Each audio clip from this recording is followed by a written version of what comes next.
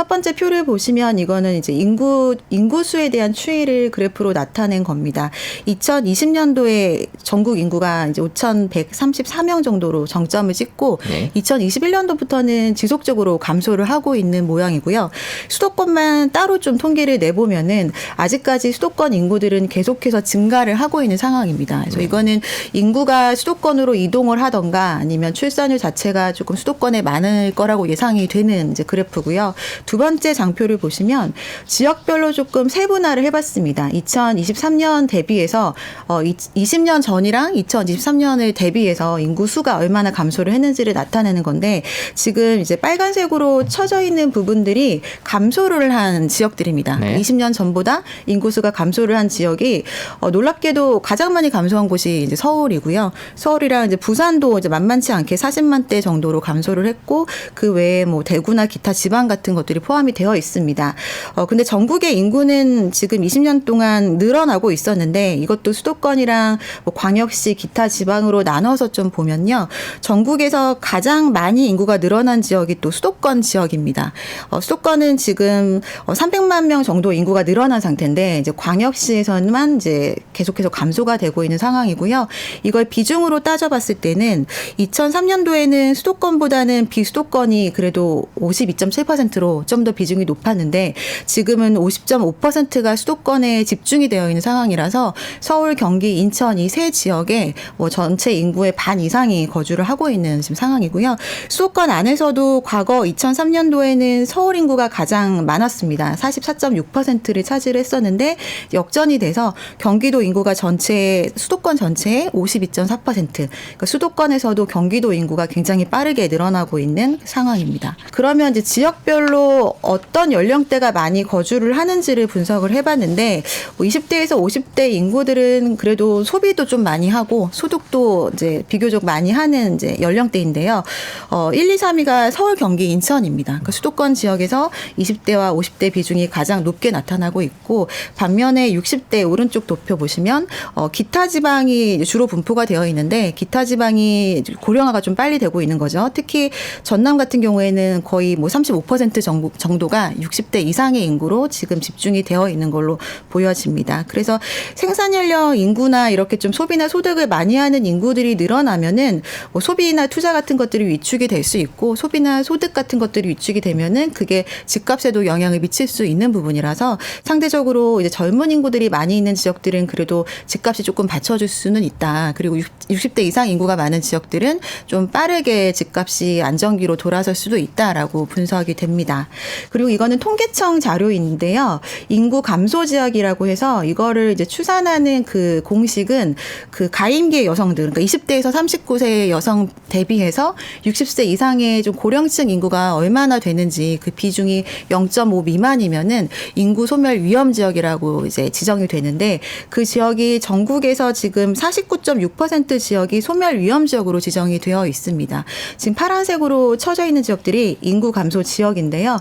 그냥 눈으로 딱 보셔도 수도권 외의 대부분 지역들이 지금 인구 감소 위험에 노출되어 있다라고 보여질 수 있고 이게 아까 앞서 말한 이제 출산율과 굉장히 상관관계가 있는데 출산율이 지금 오른쪽 위에 도표를 좀 보시면은 출산율이 코로나 이후로 혼인이 좀 급격히 감소하면서 최근 들어서 더 빠르게 좀 출산율이 낮아지고 있습니다. 2021년도에는 0.81명 정도, 그러니까 2명이 결혼을 해서 0.81명의 이제 아기를 낳는 그 정도 수치였는데 2022년도에 0.78이 되었다가 이제 올해 0.7로 최저가 될 전망입니다. 저희가 약간 하락했다 다시 상승하는 이유는 이제 코로나를 좀 감안해서 혼인이 늘어나면은 출산율도 높아질 거라는 걸 반영해서 그래프가 저렇게 나타났고요. 그러다 보니 뭐 출산율이 줄어들고 고령화되니까 인구 감소는 이제 지속되고 있고 이제 문제는 이게 세계 어느 나라에서도 유례 없이 굉장히 빠른 속도로 진행이 되고 있는 상황이라는 게 조금 부동산 시장에도 위험 요소로 작용이 될 거로 예상이 됩니다. 인구가 줄어들면 이제 집값이 더 떨어질 거다 이런 얘기들이 저희 방송에도 특히 댓글에도 많이 나오는데요. 지금까지의 저출산 이런 주택 보급률 이런 걸 따져보면 해주신 얘기를 정리해보면 지역별로 조금 다를 수 있다라는 것 같은데 맞습니까? 네, 맞습니다. 보시면은 저희가 세대수까지는 지금 디테일한 통계 자료는 없지만 세대수는 아직까지도 지속해서 증가를 하고 있거든요. 전국의 대부분 지역에서. 그래서 지금 이제 인구로 인해서도 뭐 지역별로 양극화가 나타나고 있고 세대수에 따라서도 또 양극화가 진행되고 있습니다. 지방에 빈집이나 미분양이 쌓이고 있다 이런 얘기들이 있는데 네. 그것도 인구 감소 지역 아까 말씀해 주신 그거와 관련이 있다고 봐야 되나요, 이미? 그렇죠. 지금 전국적으로도 빈집이 이제 늘어나고 있는 상황이고 이제 통계청 자료 보면 2015년도에 100만 호 정도였는데 2022년도에는 145만 건으로 증가를 했거든요. 그것도 지역별로 또 따져 보면은 좀 인구가 없는 지역, 감소하고 있는 지역이나 아니면 소매 지역 이런 데 위주로 좀 더 빈집이 빠르게 늘어나고 있는 상황입니다.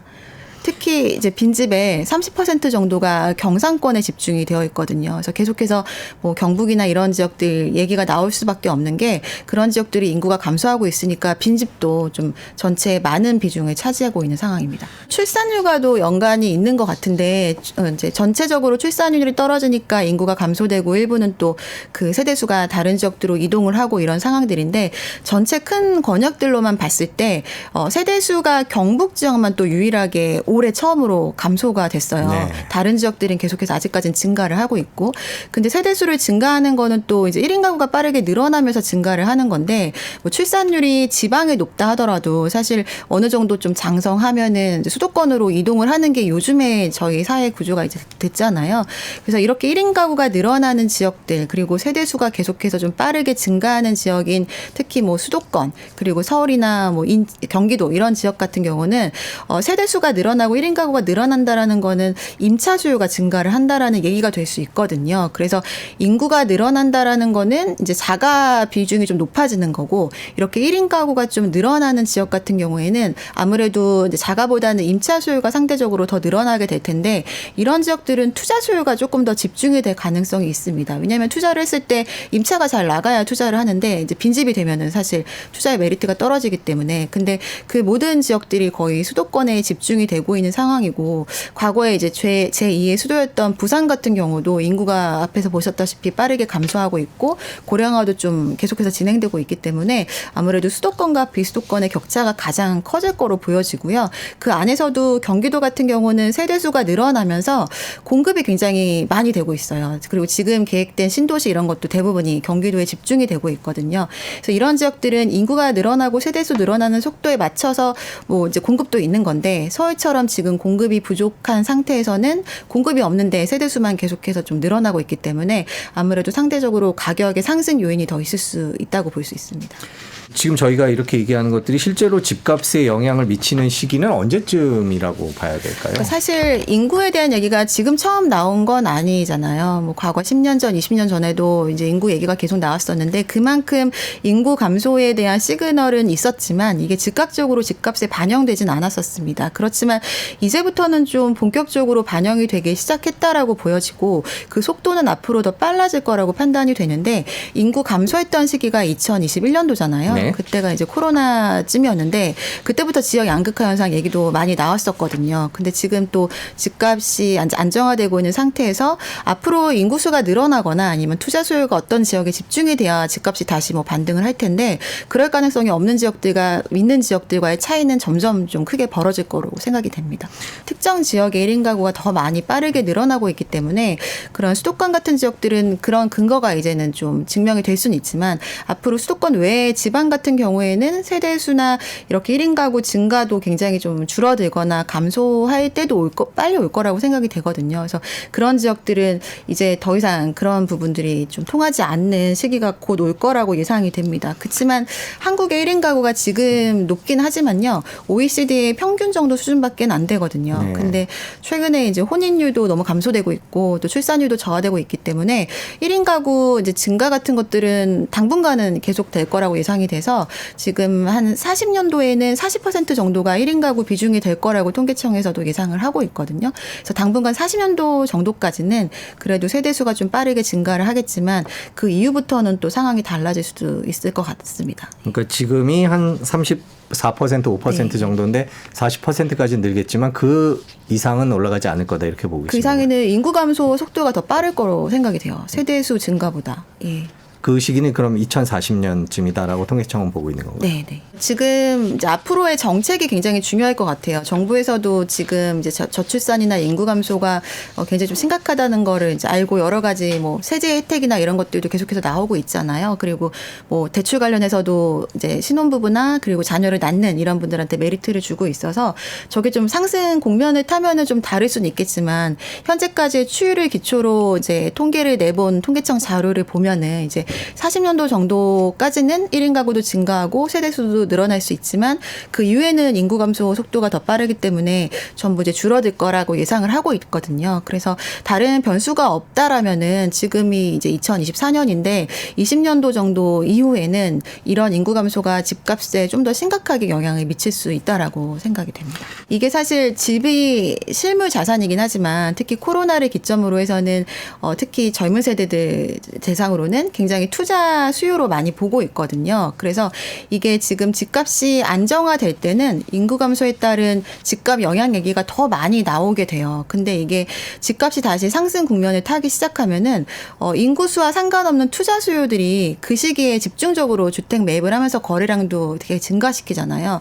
그래서 그 시기가 되면은 서울에 살지 않는 지방 사람들도 이제 투자 매력이 있는 수도권 지역 집을 구매를 할 가능성이 높기 때문에 이런 부분들이 지역에 따라서 조금 더 나타날 수 있고 집값이 또 어느 순간에는 상승을 할 수 있는 시기가 온다라고 한다면 다시 또 지역 양극화는 그만큼 더 커질 수는 있는 상황일 것 같습니다. 왜냐하면 지금처럼 실수요만 있는 상황에선 다 같이 안 사고 기다릴 수 있는 건데 이게 상승하기 시작하면은 단기간에 더 빨리 상승할 수 있는 지역으로 이제 투자 수요가 몰릴 수 있거든요. 그래서 그런 지역들은 계속해서 얘기하고 있는 이제 세대수가 늘어나고 있는 지역들, 인구가 특히 이제 뭐 20대에서 50대 인구들 이런 인구들이 많은 지역들에 집중될 수는 있기 때문에 거기에 따라서 좀 양극화가 심화될 수 있을 것 같습니다.